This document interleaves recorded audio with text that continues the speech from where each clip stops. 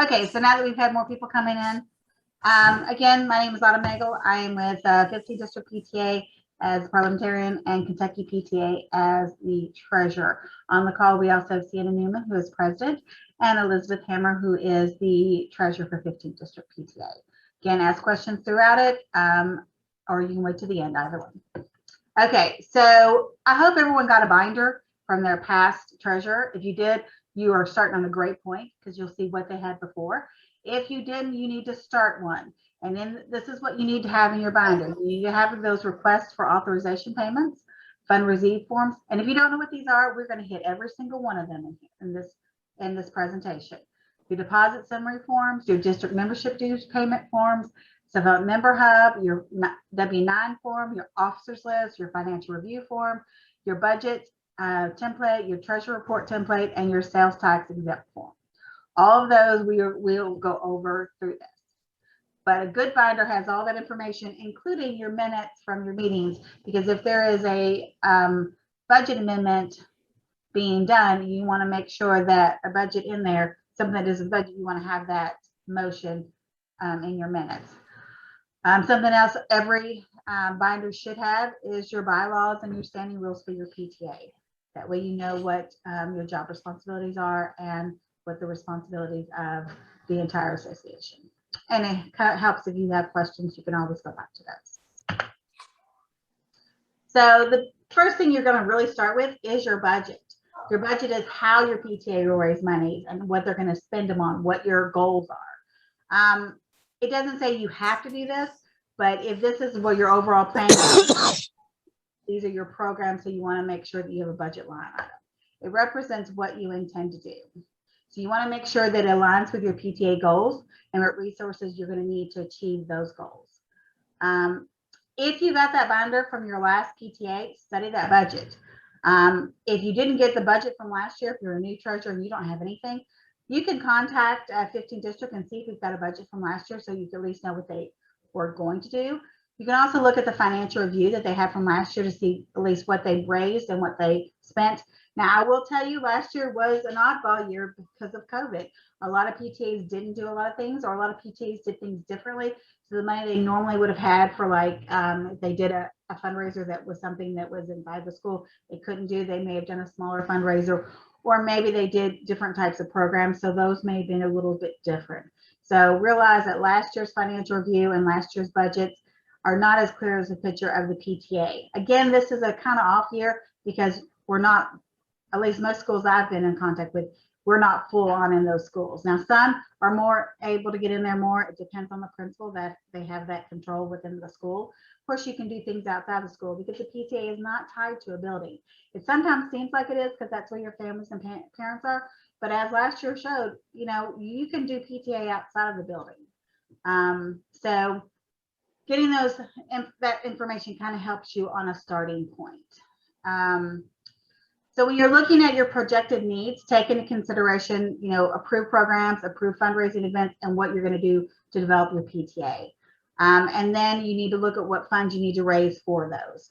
You develop your budget for 1 year at a time. I know a lot of PTAs, depending on your bylaws, you could be elected for 1 year, 2 year, 3 year, depending on what they say, but you're only doing your budget for 1 year. So if you were a 2-year term, you'll do another budget next year. So also, your budget needs to be presented to your board, and your board approves it, and then it needs to go to your general membership because your general membership needs to approve it at that time too. Because you are a membership organization, that membership determines how your money is spent. So they have to approve it. Okay, so these are some possible items that you would have on the budget. You're going to have your membership dues because we are a dues paying membership organization. And you're going to have whatever fundraiser you're approved by the district. If you didn't get one approved by the district, there are other ways to do a fundraiser. You can do a smaller fundraiser with just certain grades. The fundraiser that you'd approved by the district is usually for the entire school. And again, some schools that didn't get it approved for last year because they have to be approved in June. I know that's weird. You have to turn them in May, and then they get approved in June for the next year. But usually it's, you know, you can do catalog or walk-a-thon or whatever. If you didn't get one approved for the entire school, you could do one if you're like an elementary K through 2 and then do one for 3 through 5. That way you're not doing an entire fundraiser for the entire school, you're doing it for certain groups. And those do not have to be approved. So here are some things that you could have on your income side of the budget. Some school PTAs do the school pictures. They run it and they get a percentage back of the pictures that are purchased. Donations are another great one to have on there. If someone wants to donate to your PTA, you want to have a space for them to donate. And it's okay to ask for donations. Fundraisers that don't have to be approved, restaurant nights, box tops, Amazon Smile, animal, where am I getting that? Amazon Smiles and Kroger Rewards. Those are all ones that your membership takes part in, but it's not, and you get a percentage of what they do, whether it's a restaurant night or Kroger Rewards. Everyone knows how those work. And those come directly to your PTA from those organizations. So you need a line item on them. If your PTA does concessions, if you all have like a concession stand at your basketball, baseball, spiritware, a lot of PTAs do their spiritware too. So those are all things. You can have all kinds of other things too, but those are some things that you traditionally see on the income side. On the expense side, you're always going to have a line item for membership because you have the income, but you've got to pay it back out because some of those dues are due to Kentucky, National, and 15 districts.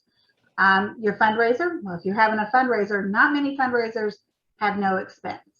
If you're doing a catalog, obviously, whatever you sell catalog, you're going to have to pay for that. PTA insurance, that is one you have to have. Kentucky Department of Education, that's a Red Book rule. We have to have insurance. Programs, Kentucky PTA Kids Day, which was just in September, but you can do that any time of the year. Family night, what other programs you can do. Reflections, any of those type of things. You need to have a line item for startup funds for the next year because you don't want to start the year with no funds. You want to make sure you have funds that you can spend before your budget is approved because you can't spend funds outside of that funds for next year unless it's approved by your membership, and you're not going to be able to get that budget approved until you put it before your membership. Well, your fiscal year ends June 30th. July 1st to whenever you get that membership, that budget approved, you can't spend any funds that are not already designated for next year, that startup funds. That's why usually PTAs get their budget approved the very first membership meeting, whether it's an open house or back to school event. And then an emergency reserve or contingency fund is very important. Oh, there's a typo. Or some people call it emergency reserve, some people can call it a contingency fund. And we're going to go into that a little bit more and explain why that's so important. And then other things that are, depends on your PTA, your programs, office supplies, training, concessions, yearbooks. We highly recommend training. Let me turn my phone off, sorry. Training because you're training yourselves so that you all can be a better PTA, but also grow those future leaders. And training is very fun and it's very important. And you're doing training now, and this one is free, but Kentucky PTA and National does have training available too. Concessions, yearbook, teacher appreciation, spiritware, those are all the things that a lot of times PTAs see on their budget. Any questions? All right, so that emergency reserve or contingency fund. This is really there in case something happens that you need to, change. So your budget is approved by your membership. And so you have this contingency line. Let's say it's $1,000. And let's say that something happens at your school and you have a great program opportunity. And let's say it's $500 and you don't have it in your program budget because you've already spent it, but you'd really like to bring this program. Well, if you've got $1,000 in that contingency fund line, you as a board can vote to move that from the contingency to the program line and then spend that money on that program. That's exactly what it's for. So you don't have to go back to your membership and say, hey, we want to do this program. Can you approve for us to move funds? This is what it's for. They've said, okay, you have $1,000 to use for contingency on whatever you want. Now, I just use $1,000. It depends on your budget. It could be as small as, $150, $200 to, $1,500, depending on your PTA. There isn't a budget line in or out. Now, if your entire budget is an emergency contingency fund, that will work. Just FYI. So these funds or just move from the contingency to the budget line item that you need. Any questions about that? Is everybody still out there? All right. And Elizabeth, you can jump in here anytime. If you have anything you want to add that I'm missing, please let me know. Will do. All right, so restricted funds. So let's say you are building a playground. Let's start with that first. You're building a playground and you are not going to build that playground with the first years of funds because it's just a large project. It's going to take multiple years. You can do a line item that's restricted. So anything you raise for the funds. So let's say you're having a dance after school and you're selling concessions and you are whatever money is raised is going to go to the playground fund. What you would do is you have a separate line item, and with that type of thing, I actually recommend a separate bank account so it's all kept by itself, and you would move that money directly into that, and it would be on your budget at the bottom, restricted line item. The same as if there is another place on your thing when you do memberships under expense, because that's restricted too, because whatever you bring in as memberships, because some of that money is already restricted because it's already due to someone else. So you put that in the membership restricted for district and state and national. But the separate line item at the bottom that comes out of your budget and restricted, it's for those large projects. It's not for something that you're going to do within 1 year. Okay, so you would amend the budget if something major changes. Now, obviously, if you didn't make, let's say you had a budget of $5,000 you were going to raise, and you didn't raise that money, but you didn't spend the money anywhere, you're not having to amend that. But let's say you get a $5,000 donation that you didn't have in your budget. Well, that's something you're going to want to go to your membership and say, hey, we received this donation for $5,000 and we want to do this with it. And then you would amend the budget. Let's say it's a program, you want to put it all in programming and some in training. That's what you would do. You would change it so that you would amend the budget, and you would just go to your membership. You could call a special meeting if you don't have another meeting coming up soon, a special meeting to amend the budget. The same thing would be said as if something came up and you didn't make your budget and you're not able to do some of the programs. You want to amend your budget and bring it back to your membership. You don't have to do it if it's something small, but if it's something large, a large $1,000 donation, yeah, you need to amend your budget to tell them where it's going to go. If your fundraiser just went all out and you don't have anywhere in your budget where you're going to spend that, you need to let your membership know what you're doing. Or if for some reason you don't have any funds in contingency and a great opportunity came up, but you could take it from something else, but you don't have that contingency line item, go back to your membership and say, we have this great opportunity, but we don't have it in it. We would like to take it from, let's say, office supplies, because we didn't use that many office supplies because we were virtual, and use that from office supplies and move it to this program. You would just amend your budget to reflect that. And that is strictly just with your general membership, because they have this right to say anything that's outside of your budget line items, you have to go back to them on that. Any questions on that?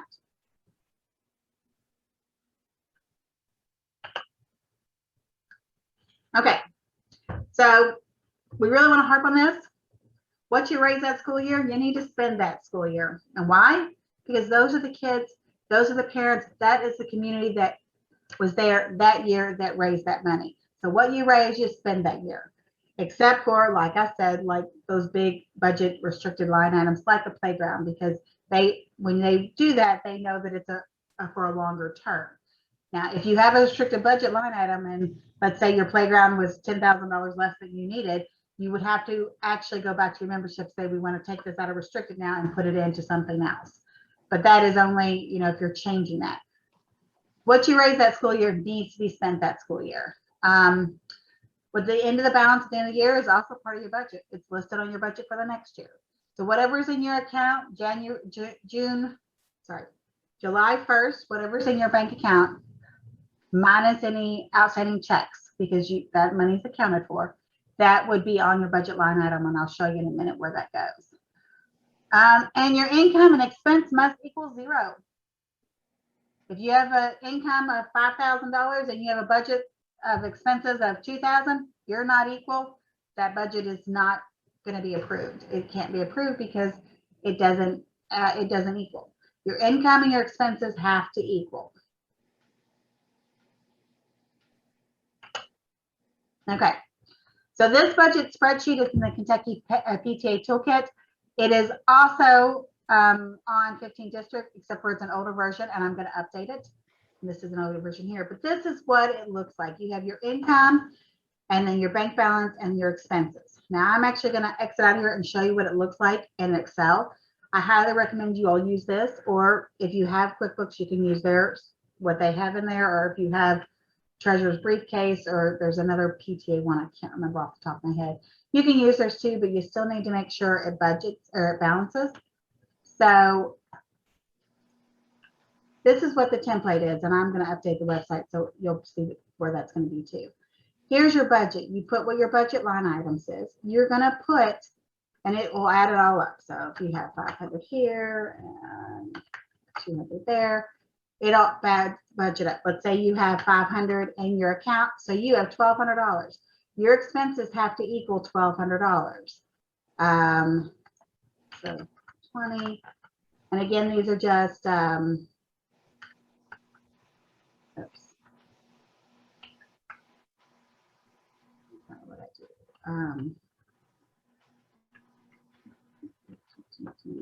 Yeah, you're gonna make me do math. I'm on the computer. I should have used different numbers. Where are we at? Oh, I was thinking we had 700. Sorry, never mind. Programs. Let's put it here. Okay. Nope.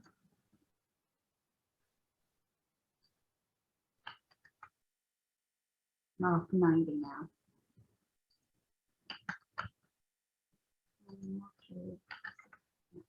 Okay, so we're equal. At the bottom, you need to have that 0. What's good about this is basically going to be your treasurer's report. You can use this as your treasurer's report. You have the actual, the budget, and the variance. This second page right here is a register. So you would put your starting balance, you put your deposits, your exits. So let's go over here to the actual budget, and you can actually put that income 400. Let's say we have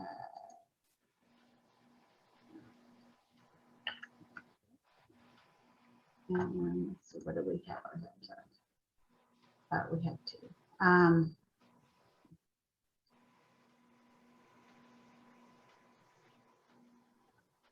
This is your balance board. And then 15.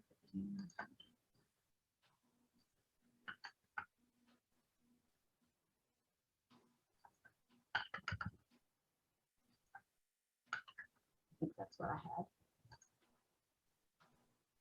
No, that was 50, not 150. Okay, so basically I've taken what we've had in income and expenses, and it says my check balance should be 430. If you come over here, your budget, if I did it right, would have been 430. I didn't do my budget right. See, 400. Income was 400.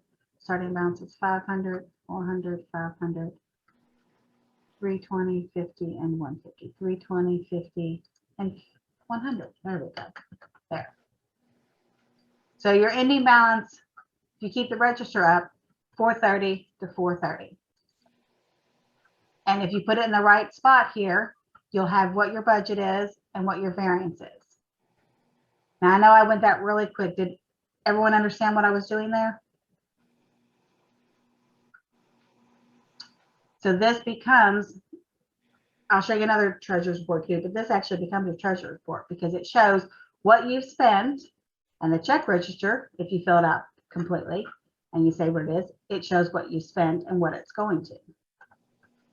I guess I didn't. Membership. And then you put the other. This is an easy way to do it, and it keeps your books balanced. So you know that you have $430 in checking account and $430 remaining.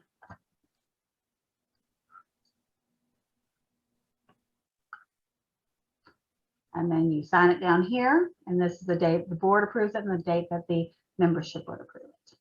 And this is what you would send the budget itself, not the monthly one, to Kentucky PTA. You'd upload it in Member Hub for your budget.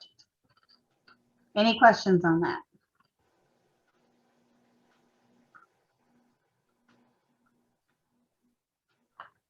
And just so you know, it will be on 15 District's website under running your PTA, treasurer, and you go to the bottom. These forms are going to be talking about, but also the template right there. I'm going to update it because it has the last year's template on there. So I will update that as soon as this meeting's over. I thought I did already, but I apparently didn't save it right. All right. So again, this budget is also in the Kentucky PTA toolkit. So insurance, Kentucky PTA does have one that you can purchase from AIM, and that's also in the Kentucky PTA toolkit. It's $320. It covers your directors, your officers, your liability. It is mandatory for Red Book, and it's due September 1st. If you don't have it yet, that's okay. Get it taken care of, and we'll move along. So deposits. So your funds received form, every time you make a deposit, we really would like for you to complete this form out right here. This is what you would get to deposit. Where's your, oh, here. I'm sorry, here's your funds received. 2 people sign this. This is your activity, say open house, how much you received in cash, what your checks are. You total it up, you have 2 people counting. So if you're there and there's no one else but another JCPS employee, then they can't actually touch the money, but they can watch you count 10, 20, 30, 40. Then they can sign their name and put visually watch money counted, did not actually handle money. So did not touch. That way, you know, 2 eyes saw it, they say it's in there, then you can deposit in the bank. When you do deposit, this is your deposit. Your date, how much deposited, and what category. Let's say you had a membership thing, and let's say you had a fall fundraisers that day, and you're going to go to the bank and you're deposit at the same time. I typically do them in 2 separate, but if you want to use the same deposit summary ticket, you put here how much was your membership and how much was your fall fundraiser. Again, this form is both on Kentucky PTA's toolkit, and it's also on 15 District. So 2 signatures, we talked about that. Very important. PTA funds only go into PTA checking accounts, not your account and then deposit it. Nope, only goes in PTA's account. It does not go into the school's funds. It doesn't go into the school's safe. It needs to go into your account by itself. We do have someone in the chat with a question. Autumn, you got a question. Do you use the form for membership deposit? Are you talking about ones you take at the school or ones that are done by Member Hub? It's Member Hub. Okay. So if you're keeping paper records, which I highly recommend, I actually just put a deposit form in there, deposit automatically from Member Hub, and just put the amount because it's already in your bank. It's not something anyone's counting. So I would just use this form here, just so you have a paper record of what date it actually deposited. And that way you can reconcile it with your bank statement. Okay, that's what I was doing, but I wasn't sure it was necessary. It just makes it easier that we know that we have a paper trail. Thank Just you. in case that we can't get in the bank. Let me go back to that. So if you get a return check, I highly recommend that you put a standing rule into effect that says, you know, this is how much we are going to collect for a bad check. You want to make sure it has the amount, because if someone says, wait a minute, you're charging me $25. So-and-so said it was only 10. You can say, no, our rules say it's $25. This is what we're going to charge everyone. And a lot of times, you know, sometimes someone forgets, like, well, what is it? Well, guess what? It's in our standing rules. We know exactly what it is. You can always go back to that. We don't receive a lot of checks anymore, you know, because a lot of stuff is being done online, but you do need to make sure you have that in there so that when it comes into effect, you can go right there to know what it is. So I got that. We did the form. Reimbursement. So how to reimburse for someone that has purchased something for the PTA needs to attach a reimbursement form with the receipts. You need the original receipts and invoices. If it's online, just print that out. We don't have debit cards and ATMs. No. That will cause you nothing but trouble. No blank checks or no checks made out to cash. If you need to get cash for an event, what you do is you say, Sally, come here. You write Sally a check for cash box, say Sally Johnson, $100, and then she goes to the bank. She brings you $100 back, and then you make a deposit form for $100 for cash at the end of the night with Sally's name on it. So you will see in your registry, Sally took $100 for the cash box. Sally returned $100. So it shows that Sally is in the clear. It's zero. And then what you made in that cash box after that is your profit. And it goes to whatever that night was, whether it was membership or a fundraiser. Everybody understand that? Yep. Okay. Cash box request. If you have a bank that has a cash box request or a cash box that you can do on the side, put your get a key, whoever does most of the deposits, and deposit it that way. That way it's already securely in there and you don't have to worry about it. And then a lot of times, because they have them online, you can get your receipt from online. We don't put our funds in the school vault overnight. You should have your own separate box. It's just PTA. There are great boxes you can attach to the wall or the door of your PTA so it's secure and that PTA only has the keys. We highly recommend those too, but it is not something that the bookkeeper of your school should have access to. They should not be holding your money. There should be something that they can put your membership envelopes in. If someone sends membership or a fundraiser, that they just put it in. They don't count it. They don't check it. They just put it in there. That's your responsibility. It's not their job to handle our money. It's to, just like they get mail from the post office. Oh, here it's PTA. It goes in there. Do you have a second slide about reimbursements? I believe so, yes. A couple of questions that I've been getting is Venmo. And then what other ways can you reimburse teachers, like a parent? Can you that's some of the questions I get as well. Okay, you're right, exactly right. Because Red Book passed new rules that you could not reimburse an employee of any Kentucky schools. So you can't, if your teacher gets something for the classroom that's been approved by your PTA, you can't do that anymore. You can't just write them a check. You can't do that. What they would need to do is, have their husband. If they're not a teacher, the husband's not a teacher, have them, or their wife, have them put the request in with the PTA. Worst case scenario, if there is no one else that you can write that check to, then write the check to another PTA, have them, PTA member, have them fill it out. They can go to the bank, they can get the cash, and they can give it to the teacher. But you cannot write a check to any teachers, any principals, any staff anymore. So that's the ways to get around it. The other question was Venmo, PayPal, those type of things. You can only use those only if they are tied to your PTA bank account. I don't believe Venmo lets you do that. Now, PayPal does. You have to, though, set up with PayPal as a nonprofit and have to set up as having a bank account with them so that people can put the money in. But you cannot put that in someone else's name. I can't have a Venmo account and say, well, just send me the money for your membership. No, you can't send, the fundraiser or anything like that to me personally. It has to be tied to a PTA bank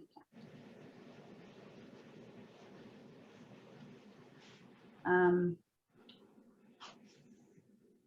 Any other questions about that? I know that gets kind of dicey. Okay. So anyone that fills it out does need to fill this all out and who requested it, and then it needs to be approved by your PTA president. Treasurers, don't do this for other people, because the first time you start filling all this out for them and they just hand you a bunch of receipts, you're going to be doing that for everyone. If they want that money back and they want that, they need to fill it out. Isn't that right, Elizabeth? Absolutely, yes. You will get stuck filling everybody's reimbursement. Yes. So have them do it so they know it's correct. So membership dues. Now, national and Kentucky PTA membership dues are done by Member Hub. So that's very easy. You just go in there and click, and Kentucky PTA has the printout where it shows you exactly how to do it. But if you have questions about that, I can show you that also. Local dues to 15th district as of right now still have to come by mail. So this is the form and it's on 15th district. You just download it, you print it, you put how many members, all it's in there. Here's the address to mail it to, and you can send it directly to our PO box. And here it is too. So if you don't like to use that Excel spreadsheet, this is what you could do as a monthly treasurer's report. What the budget in the beginning, what your deposits were, what checks have not cleared, and what the ending balance. And then you're going to go by your check registry and show that. Then you would have to show all these things. I actually recommend that you do show your bank statement to your board because they should know that they actually balance. Show your bank statement. However, I do not recommend that you print out this bank statement and give to everyone because you don't want that bank statement to get out. Just like there are certain things that happen in your bank that you don't want your general membership to know about. Okay, maybe I should say that different. If someone bounces a check, you don't want on that bank statement, it's going to show you a picture of that bounced check. You don't want that out in your membership. You don't want to embarrass that family. It's very important that we keep stuff like that in our executive committees, in our board meetings, because we don't want to embarrass families.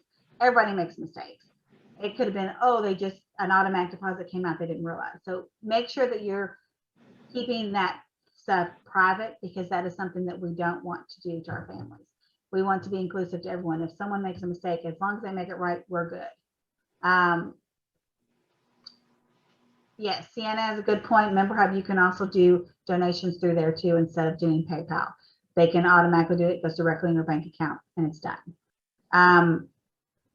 So that's something that the bounce checks is something that you're going to be very protective of in your meeting to make sure that those bank statements get back. So it has your account number on it too. So show your bank statement, make a copy so that everyone can see it, make sure that it bounces out with what you're saying, but that needs to come back to you at the end of the night because those do not need to float around the school. So you need to do your monthly reconciliation and then make sure that every month you're showing your treasurer's report, whether it's the printed out one where you type everything out or it's that Excel spreadsheet, because your membership or your executive board or general board needs to see that over time. Your membership should see the beginning and the end and any treasurer's reports when you have monthly, your 3 or 4 meetings a year, but your board needs to see it every month so they make sure that everything's right. It's not that they're going to think you're doing anything wrong, but just like you want to have the accountability, you want to be able to show them what you're doing with the money, but they also need to know, and they also need to have a say. So the best way to prevent any kind of issues is that everybody have access and know what's going on. Share the information. Now, your treasurer, your president, and at least one other person are going to be your check signers on the account. Now, if your president happens to be an employee of any school system in Kentucky, they can't be on the bank account. No one can be on the bank account that is an employee of a school system in the state of Kentucky because of Red Book rules. And we do have some presidents out there that have a job with JCPS, whether it's at the same school or another one. So they can't be on the bank account, but you need to have 3 people because if you have to reimburse one of those people, you need 2 check signers and they can't sign their own check. So having 3 will solve that problem. Okay, so the financial review was actually due July 15th. If you haven't done it, or if you need someone to help you with it, please reach out to me so we can get that taken care of. I'm just going to go over this very general. We have PowerPoints that go through everything on Kentucky PTA's website in that treasurer's binder, so you can toolkit, so you can actually watch a presentation that shows you how to do it. But you should present this at your first general meeting to show your membership that your books have been reviewed and that you're in good standing. Like I said, you're required by Red Book rules to do this. And again, I'm not going over this a lot because this should have been done already. But again, if it hasn't, contact us and there is a PowerPoint. File 990 comes up November 15th. That will be the next big to-do. Your dues are actually due October 15th, and then 990 is due November 15th. Now, Kentucky PTA did purchase for every PTA the file990.org. So you can go right there, you log in. It is 7 steps and you're done. It is easy as pie. If you did not make over $50,000 a year, you have no issues doing the file 990. If you made over $50,000 a year, that's a little bit different, and contact us and we'll help you with that. But this is literally, if you made less than $50,000 a year, you can do the file 990 and we'll take it.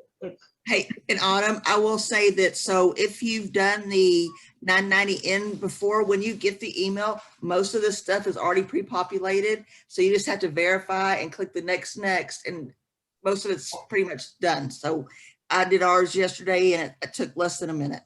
Yeah, it's easy. That has been the easiest thing. Used to, you had to call them or you had to send a little postcard in. Now it's click, click, click and done. But if you run into any problems, let us know and we'll help you out.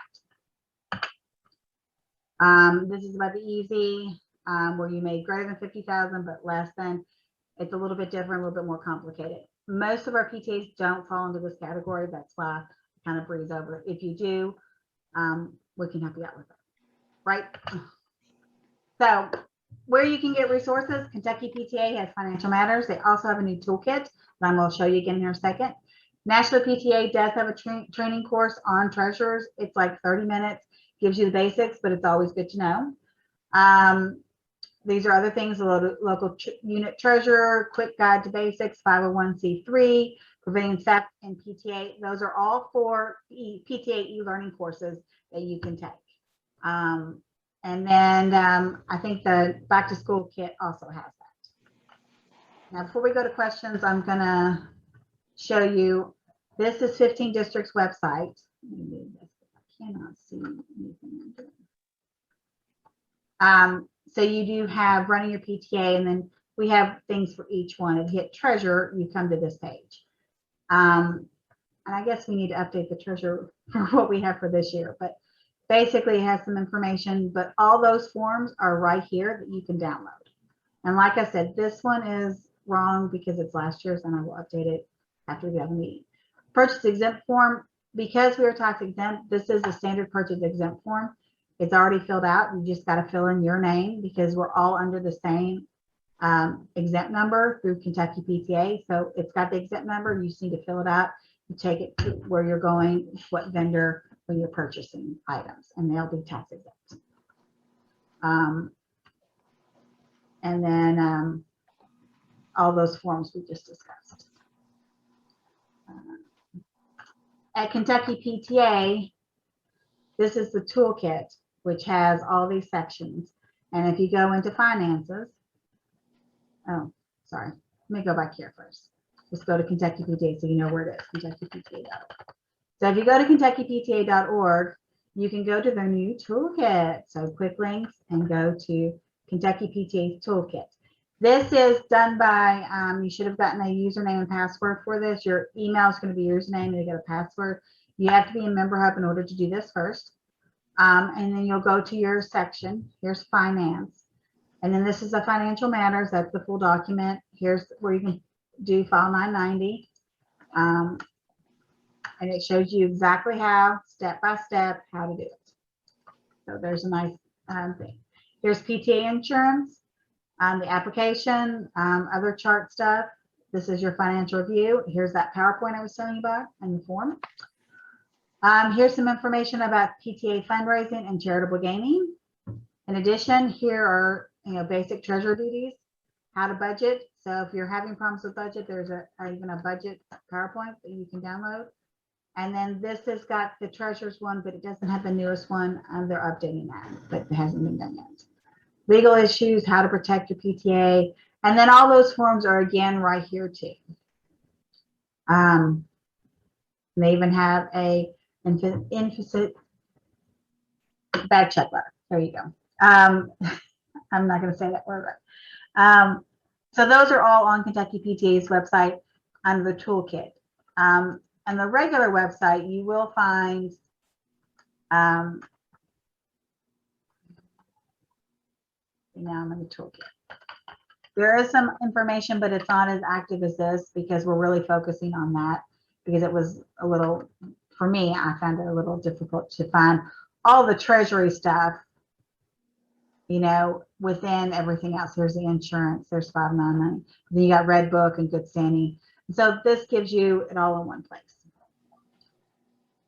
Are there any questions about that? So now questions for anything, because the wise old owl, there are no dumb questions, and you might ask something someone else is afraid to ask, so be brave and ask.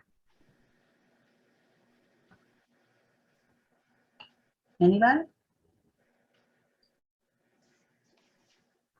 Can you tell me again how you got to, you were at two different pages, the 15th district page and then the KY toolkit. Is that right?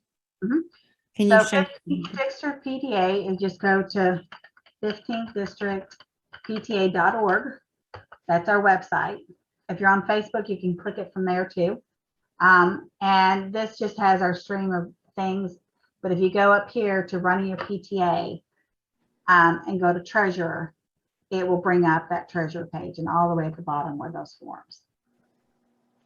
That's on the 15th district. And I'm going to put the board training opportunities. I'm going to put on here your PowerPoints from last year. I'm going to upload the new PowerPoint here too. And it will be on YouTube too, this presentation or this report. Kentucky PTA, just kypta.org. That actually brings you to Kentucky PTA itself. I don't know why it's grayed out. There we go. And you can, at that point, go to quick links.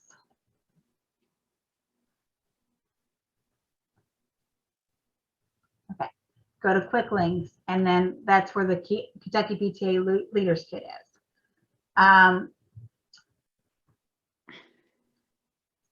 Oh, there's someone on the waiting room. Then you will log in by your credentials. And I'll be honest, do you all know Sienna or Elizabeth? Do you know if they're automatically sent those credentials when they are in the member hub, or how do they get those credentials? Yep, as soon as it's supposed to be, as soon as their member or their officer lists are uploaded and approved, then those should be submitted to them by the email that was used on that form. Right. And I got an email from Jenna. Okay. So you'll get one from that for the Leaders Toolkit, and then you can log in and get all the sections. So if we didn't get it, how do we get it now? Email the state PTA office and they Okay. can follow up with it. Thank you so much. I believe there is a link on that page that says that on the Kentucky page, but if not, there is the email that's on there. So there is something I just realized was missing from here, and I thought it was on this PowerPoint somewhere, but I don't see it now. When you're making your deposits, you need to remember that, or when you're making your budget, you need to remember there's a 5% rule. PTA is, we're a nonprofit, and this is a nonprofit rule by the IRS. If you're a nonprofit, you cannot spend more than 5% of your budget on things that do not go towards your mission. So our mission is to advocate. It's for children. It's to I'm gonna have to do the PTA mission to get it all in there. But we're advocating. We're with families and the community. Our mission, unfortunately, which is the hardest for PTAs to really grab a hold on, is not teacher appreciation. We do appreciate our teachers. We just got to make sure it's under that 5%, because teacher appreciation isn't that. If you do a big event that's for the community and for the kids, and that's fine. But when you do something that is very limiting, that's only for a special group that is not in our mission statement, and teachers aren't, it's families and children and advocacy, then so teacher appreciation has to be below that 5%. Now, here's what you can do if you want to do a huge teacher appreciation and you don't have the budget. So let's say you have a smaller budget and that 5% would not do what you want to do. You can ask for donations, non-monetary donations. So someone just told me they wanted to update the teacher appreciation lounge at their school. Ask for donations. You can get gift cards because they don't hit your budget. If they hit your budget, then you cannot they fall in that 5%. So let's say you're updating that teacher lounge and you all want to do new curtains. Well, Bed Bath and Beyond, give me a gift card for Bed Bath and Beyond. We can buy curtains, or even a Visa debit card, or not debit card, but credit card to the PTA.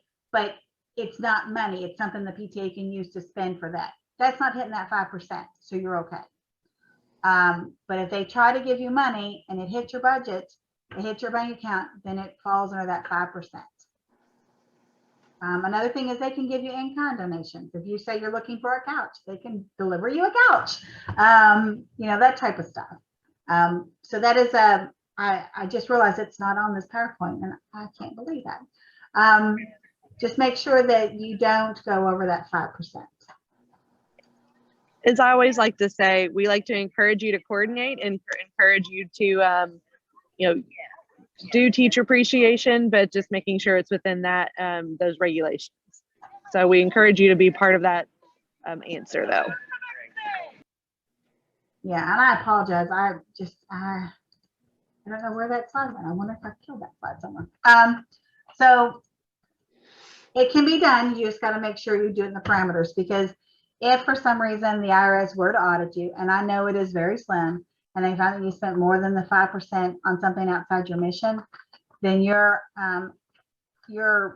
status as a nonprofit is in trouble, and therefore all of Kentucky PTA is going to be in trouble because you fall under Kentucky PTA. So always remember that. Any other questions that you want to talk about while we're live or recording?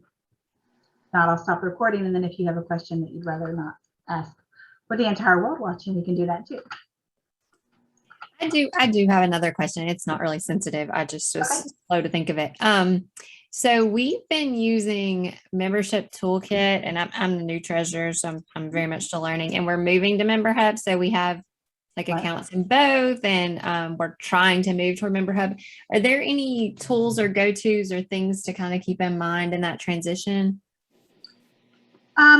I don't know of any, I'll be quite honest, because I don't know of anyone that's moved from that to that.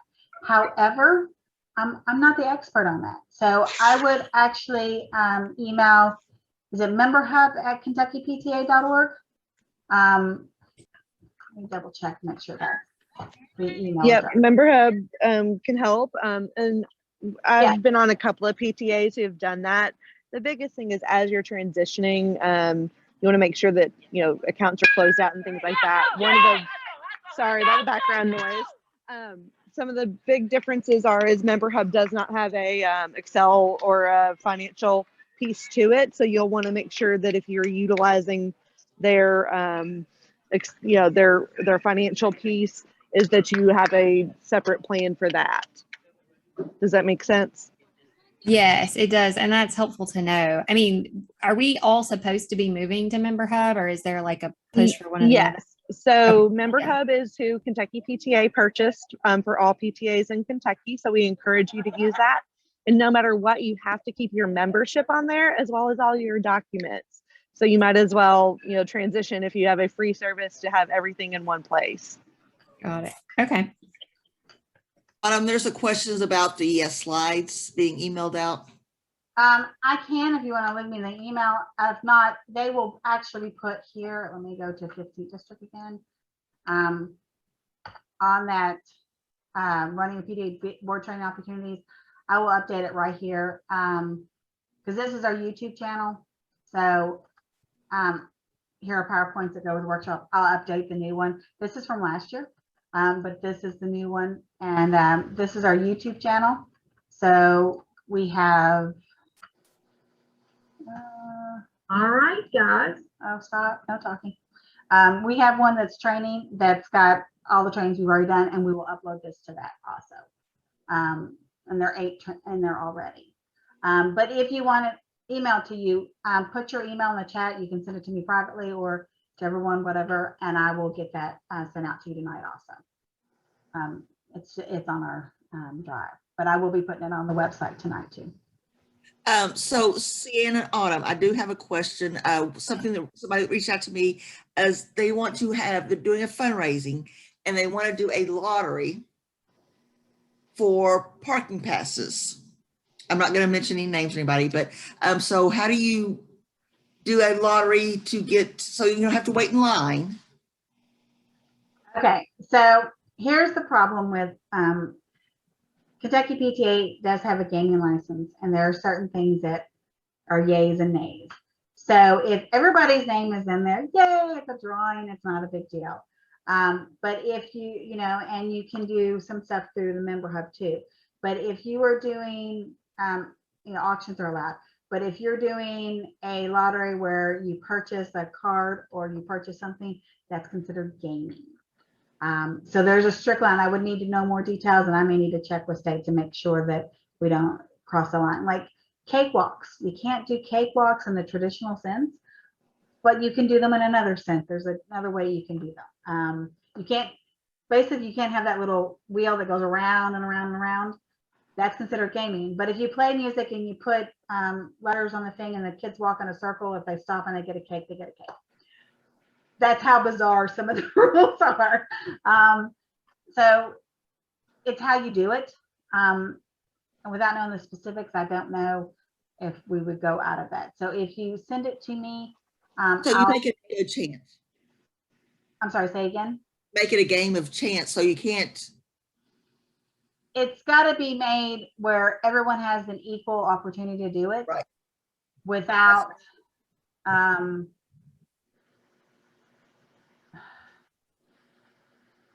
don't know how to do it.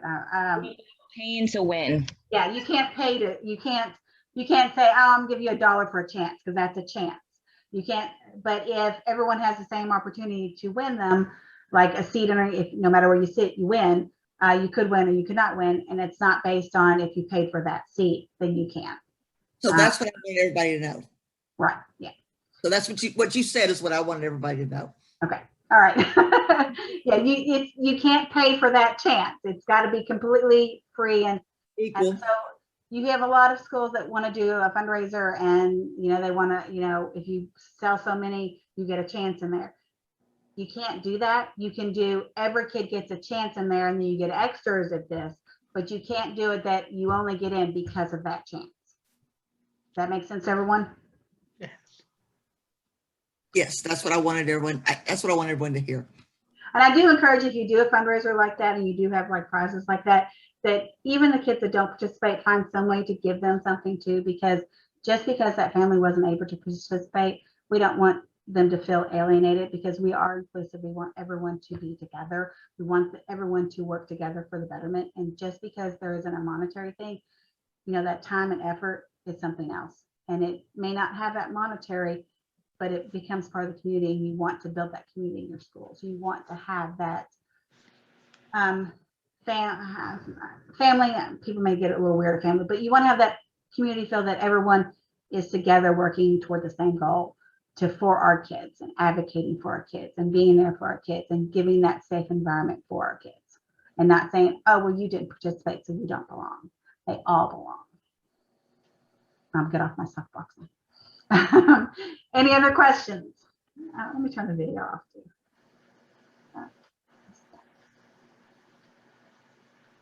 Oh no, I stopped my video. I did that last time, trying to stop.